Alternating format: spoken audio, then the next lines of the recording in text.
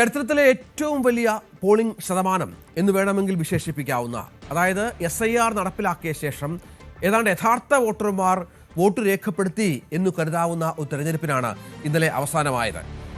നമ്മൾ പ്രതീക്ഷിച്ച അത്രയും 85% തെരഞ്ഞെടുപ്പ് കമ്മീഷൻ ലക്ഷ്യം വെച്ചതെങ്കിലും അത്രയും എത്തിയില്ല എങ്കിൽ പോലും ഏതാണ്ട് 80-നടുത്തുള്ള ഒരു പോളിംഗ് ശതമാനത്തിലേക്ക് കാര്യങ്ങൾ എത്തി എന്നുള്ളത് ചെറിയ കാര്യമല്ല. അത് ഭരണവിരുദ്ധ വികാരത്തിൻ്റെ വോട്ട് ഉറപ്പിക്കലാണോ, അതോ ഭരണം തുടരും എന്നുള്ളതിൻ്റെ ജനങ്ങളുടെ സമ്മതമാണോ, അതോ UDFൻ്റെ പ്രതീക്ഷകൾ അത് വലിയ തോതിൽ നടപ്പിലാകുമോ, BJP നിയമസഭയിൽ താമര വിരിയിക്കുമോ, ഇത്തരം കാര്യങ്ങളോ കാത്തിരുന്ന് കാണേണ്ടി വരും. ഏതായാലും നിർണായകമാണ്. മുന്നണികൾ കണക്കുകൂട്ടലിലും മറ്റുമാണ്, അതിന് തിരക്കിലാണ്. മുന്നണികളുടെയൊക്കെ യോഗങ്ങൾ വരും ദിവസങ്ങളിൽ കൂടുകയും ആത്മവിശ്വാസം അവർ എത്രത്തോളം ഉണ്ട് എന്നത് ജനങ്ങളോട് പറയുകയും ചെയ്യും. ബൂത്തുകളിൽ നിന്നുള്ള കണക്കുകൾ ശേഖരിച്ച അന്തിമ വിലയിരുത്തലിലേക്ക് കടക്കാനാണ് മുന്നണികളുടെ ഇപ്പോഴത്തെ ശ്രമം. ഒരു കണക്കനുസരിച്ച് 78.27% സംസ്ഥാനത്ത് ഇതുവരെയുള്ള പോളിംഗ് എന്നുള്ളതാണ്. 1987 ശേഷമുള്ള ഉയർന്ന പോളിംഗ് ശതമാനമായി ഇതിനെ കണക്കാക്കുകയും ചെയ്യാം. അന്തിമ കണക്കെടുപ്പിൽ പോളിംഗ് ശതമാനം ഇനിയും ഉയരാം, അതായത് 80-ലേക്ക് ഒരു പക്ഷേ വന്നേക്കാം എന്നുള്ളത് ഏറ്റവും പ്രധാനപ്പെട്ട ഒന്നാണ്. SIR എഫക്റ്റ് എന്താകും തെരഞ്ഞെടുപ്പിൽ എന്നുള്ളതാണ് കാത്തിരുന്ന് കാണേണ്ടത്. അതിൻ്റെ അമ്പരപ്പ് 3 മുന്നണികൾക്കുമുണ്ട്. കാരണം നമുക്കറിയാം, നഗരമേഖലകളിലൊക്കെ കാര്യമായി വോട്ട് കുറയുകയും ഗ്രാമമേഖലകളിൽ വലിയ തോതിൽ വോട്ടുകൾ വർദ്ധിക്കുകയും ചെയ്ത പശ്ചാത്തലമൊക്കെ ഉണ്ടാവുകയാണ്. ഇത് എന്ത് തരത്തിൽ ആരെ ബാധിക്കുമെന്നുള്ളതാണ് കാത്തിരുന്ന് കാണേണ്ടത്. VV അരുൺ ഏറ്റവും പുതിയ വിവരങ്ങളുമായി ചേരുകയാണ്. അരുണ്, നമുക്കറിയാം തിരുവനന്തപുരത്തെ കണക്കുകൾ എടുത്തു കഴിഞ്ഞാൽ വലിയ കുറവാണ് തിരുവനന്തപുരം സെൻട്രലിലൊക്കെ വോട്ടർമാരുടെ എണ്ണത്തിൽ ഉണ്ടായത്. SIRന് ശേഷം അമ്പരപ്പിക്കുന്ന കണക്കുകളാണ്. ഇതൊക്കെ ആർക്ക് സഹായകരമാകുമെന്നുള്ള കാര്യത്തിൽ എന്തെങ്കിലും കണക്ക് കൂട്ടലുകൾ മുന്നണികൾക്കോ മറ്റുമുണ്ടോ? ഒരു പക്ഷേ അത്ര പെട്ടെന്ന് മനസ്സിലാകുന്ന ഒരു കണക്കുമല്ല, അതിൻ്റെ ഒരു ആശയക്കുഴപ്പമുണ്ട്.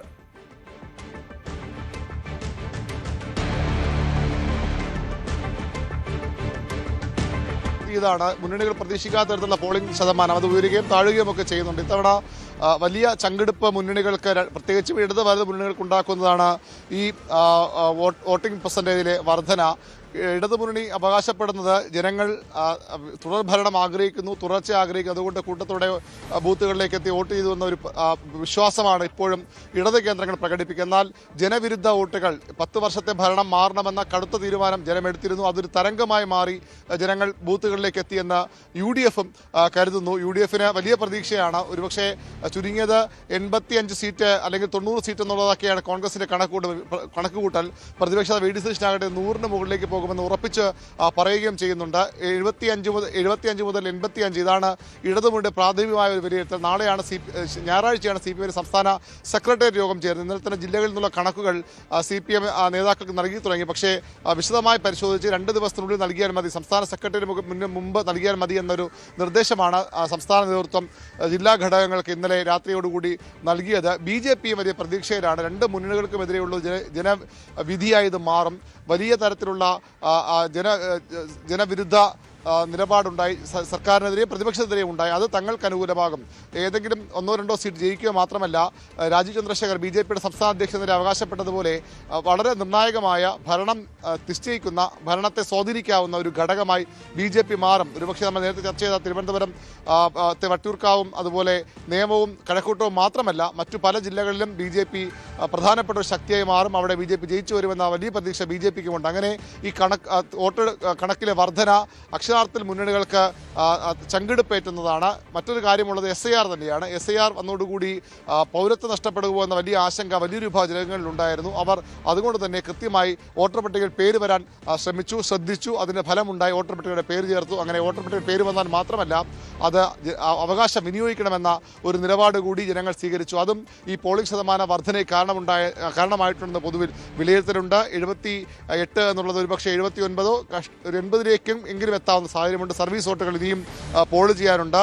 പോസ്റ്റ് വോട്ടുകൾ കണക്കിലേക്ക് വരാനുണ്ട്. അങ്ങനെ വരുമ്പോൾ സ്വാഭാവികമായി 80-നോട് അടുത്ത ഒരു പോളിംഗ് ശതമാനത്തിലേക്ക് എത്തും. അത് 80 പറയുമ്പോൾ ഈ SIRന് ശേഷം കുറഞ്ഞ വോട്ടുകളുടെ കണക്കുകൾ കൂടി പരിശോധിക്കേണ്ടതാണ്. അതുകൊണ്ട് ഒരു വലിയൊരു ഒഴുക്ക് പോളിംഗ് ബൂത്തുകൾ ഉണ്ടായതുകൊണ്ട് മാത്രമാകില്ല ഈ SIR വളരെ പ്രധാനപ്പെട്ട ഒരു കാരണമായി മാറി. ഏതായാലും എന്നോടൊപ്പം ഈ രാവിലെ ഇവിടെ സ്ഥിരമായി പ്രഭാത സവാരിക്കും കളിക്കാനുമൊക്കെ വരുന്ന ആളുകളുണ്ട്. അവർ രാഷ്ട്രീയം ശ്രദ്ധിക്കുന്ന ആളുകളാണ്.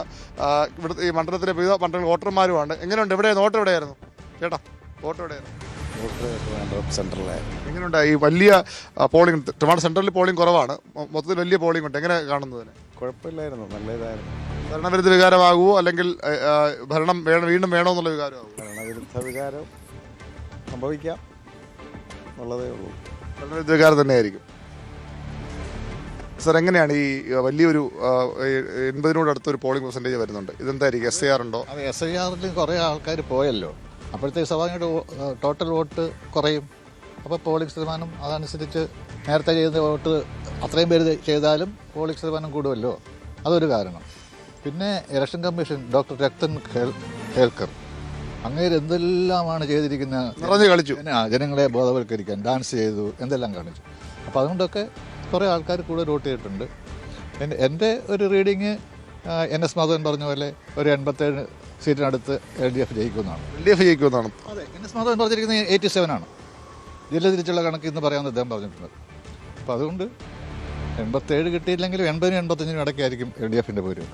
ഭരണവിരുദ്ധ വികാരമൊന്നും ഉണ്ടായിട്ടില്ല, ഒട്ടും ഇല്ല എന്നാണ് ഞാൻ കരുതുന്നത്. എന്താണ് ഈ ഭരണവിരുദ്ധ വികാരം? എവിടുത്തെ വോട്ടറാണ്? ഞാൻ തിരുവനന്തപുരം മണ്ഡലത്തിലെ വോട്ടറാണ്. തിരുവനന്തപുരമാണ്. ഇവിടെ പോളിംഗ് കുറവുള്ളൊരു മണ്ഡലമാണ്. പോളിംഗ് കുറവുള്ള മണ്ഡലമാണ്, പക്ഷെ ഭരണവിരുദ്ധ വികാരം ഇല്ല. എന്നാലും ചില ആൾക്കാർ പറയുന്നത് 10 വർഷമായില്ലേ മാറണമെന്നുള്ള രീതിയിൽ ചില ആൾക്കാരുടെ ഒരു അഭിപ്രായമുണ്ട്. പക്ഷെ ഭരണവിരുദ്ധ വികാരം ഇല്ല, LDF ജയിക്കുമെന്നാണ് ഒരു. എന്താണ് ഈ ഭരണവിരുദ്ധ വികാരം ഉണ്ടാവും അല്ലെങ്കിൽ UDF വലിയ ഭൂരിപക്ഷം ഒരു തരംഗമായിട്ട്? തീർച്ചയായും. കാരണം ഞാൻ കേരളം മുഴുവൻ സഞ്ചരിക്കുന്ന ഒരു ട്രാവലറും കൂടെയാണ്. ഇവിടുത്തെ ഇൻഫ്രാസ്ട്രക്ചറിൻ്റെ ഡെവലപ്മെൻറ്റും ഇവിടെ നടന്നിട്ടുള്ള കാര്യങ്ങൾ വെച്ച് നോക്കുമ്പോൾ തീർച്ചയായും അവർ തന്നെ മുന്നോട്ട് പോകണം. നെക്സ്റ്റ് 5 years അവർക്ക് ഒരുപാട് കാര്യങ്ങൾ ചെയ്യാനുണ്ടാവും. അത് ഇടതു മുന്നണിക്ക് ഗുണം ചെയ്യും. ഈ വോട്ടിംഗ് ശതമാനം മാറിയത് എന്താണ്? ഈ സർക്കാരിനെതിരെ വികാരമാണോ അല്ലെങ്കിൽ UDF വരണമെന്നുള്ള ആഗ്രഹം കൊണ്ടാണോ അല്ലെങ്കിൽ SIR പോലുള്ള നേരത്തെ പറഞ്ഞ കാര്യങ്ങൾ? അല്ല, SIRൻ്റെ ഈ ഒരു മാൻഡേറ്ററി പോലെ SIR പൗരത്വത്തിൻ്റെ ഇതിന് വേണ്ടിയിട്ടുള്ള ഒരു സംഭവം വരും എന്നുള്ളത് തന്നെ പുതിയ വോട്ടർമാരുടെ ഇടയിൽ ആ ഒരു വളരെ കൂടുതൽ പോളിംഗ് ശതമാനം നടന്നത്. പിന്നെ ഇതിൽ പ്രധാനമായിട്ട് കാണുന്നതെന്ന് പറഞ്ഞാൽ ഈ പറഞ്ഞ പോലെ 10 വർഷമായി അതിൻ്റെ ഒരു മാറ്റത്തിൻ്റെ ജനം ആഗ്രഹിക്കുന്നത്. അതുപോലെ തന്നെ എൻ്റെ ഒരു തോന്നൽ വെച്ചിട്ട് ഈ BJPയുടെ വോട്ട് ഒരു നിർണായകമാവും കേരളത്തിലുടനീളമെന്നാണ് എൻ്റെ ഒരു കണക്കൂട്ടൽ. അതാണ് ഈ സമ്മിശ്രമായ അഭിപ്രായമാണ്. ഈ SIR വളരെ പ്രധാനപ്പെട്ട ഒരു കാര്യമാണെന്ന് ആളുകൾ പൊതുവിൽ വിലയിരുത്തപ്പെടുന്നത്. BJP അത് വളരെ പ്രധാനപ്പെട്ട പോയിന്റാണ് രഞ്ജിത്ത്. BJP പിടിക്കുന്ന വോട്ടുകൾ നേരത്തെ ചില മണ്ഡലങ്ങൾ മാത്രം കേന്ദ്രീകരിച്ചാണ് BJPയുടെ പ്രവർത്തനം. ജയസാധ്യതയുള്ള A ക്ലാസോ അല്ലെങ്കിൽ A+ അങ്ങനെ വിലയിരുത്തിയുള്ള ഒരു തീരുമാനം മണ്ഡലങ്ങൾ മാത്രമാണ് BJP പലപ്പോഴും കണക്കുകൂട്ട വലിയൊരു വർക്ക് നടത്താറുള്ളൂ. പക്ഷേ ഇത്തവണ അങ്ങനെയല്ല. BJP നിരവധി മണ്ഡലങ്ങൾ വളരെ ശക്തി കുറഞ്ഞ കേന്ദ്രങ്ങൾ മാറ്റി നിർത്തിയാൽ ബാക്കി എല്ലായിടത്തും ശക്തമായ മത്സരം BJP കാഴ്ചവെച്ചിട്ടുണ്ട്. വളരെ ശക്തമായ ത്രികോണ പോരാട്ടം പലയിടത്തും നടന്നിട്ടുണ്ട്. BJPയുടെ പ്രധാനപ്പെട്ട നേതാക്കളൊക്കെ പലതവണ കേരളത്തിലെ പല ഭാഗങ്ങളിലും വന്നു. അതുകൊണ്ട് തന്നെ BJP പിടിക്കുന്ന വോട്ട് അവരുടെ വോട്ടിംഗ് ശതമാനത്തിൻ്റെ വർധന അവരും ഒരുപക്ഷെ ഇത്തവണ അവർക്ക് വോട്ടിംഗ് ശതമാനമെങ്കിലും വർദ്ധിപ്പിക്കണം. BJP ഈ പറയുന്നത് പോലെ ഒരു ഡിസിസീവ് ഫാക്ടറൊന്നും ആയില്ലെങ്കിൽ പോലും അവർക്ക് വോട്ടിംഗ് ശതമാനത്തിൽ വലിയ വർധന ഉണ്ടാക്കാൻ ശ്രമിക്കുമെന്ന് ഉറപ്പാണ്. അല്ലെങ്കിൽ അത് അവർക്ക് നാണക്കേടായി BJPക്ക് മാറും. അതുകൊണ്ട് ആ ഒരു ഫാക്ടർ കൂടി ഇവിടെ വർക്കൗട്ട് ചെയ്തിരിക്കാം. ഇടത് വലത് മുന്നണികളുടെ വോട്ടുകൾക്കപ്പുറത്തേക്ക് ഈ നിഷ്പക്ഷ വോട്ടുകൾക്കപ്പുറത്തേക്ക് ഭരണവിരുദ്ധ വികാരത്തിൻ്റെ ഭാഗമായുള്ള വോട്ടുകളോ അല്ലെങ്കിൽ ഭരണം തുടർച്ച വേണമെന്ന് ആഗ്രഹിക്കുന്ന വോട്ടുകൾക്ക് അപ്പുറത്തേക്ക് BJP പിടിക്കുന്ന വോട്ടുകൾ വളരെ പ്രധാനമാണ്. അതൊരുപക്ഷെ ഈ ഭരണത്തിലൊക്കെ അവരുടെ ഒരു ഇടപെടലത്തോളം ഉണ്ടാകുമെന്ന കാര്യത്തിലൊക്കെ രാജീവ് ചന്ദ്രശേഖർ പറഞ്ഞ കുറച്ച് അപ്രായോഗികതയും അല്ലെങ്കിൽ അതിശയോക്തിയൊക്കെ ഉണ്ടാകാം. അവർ ഭരണം തീരുമാനിക്കുമെന്നുള്ളത് ഒരുപക്ഷെ നേരത്തെ K. സുരേന്ദ്രൻ പറഞ്ഞതുപോലെ 30 സീറ്റ് പിടിച്ചാൽ BJP ഭരിക്കുമെന്ന് പറഞ്ഞതിന് സമാനമായി അതൊരുപക്ഷെ മാറിയേക്കാം. എങ്കിൽ പോലും അതിനപ്പുറത്തേക്ക് BJP പിടിക്കുന്ന വോട്ടുകൾ നിർണായകമാകാം.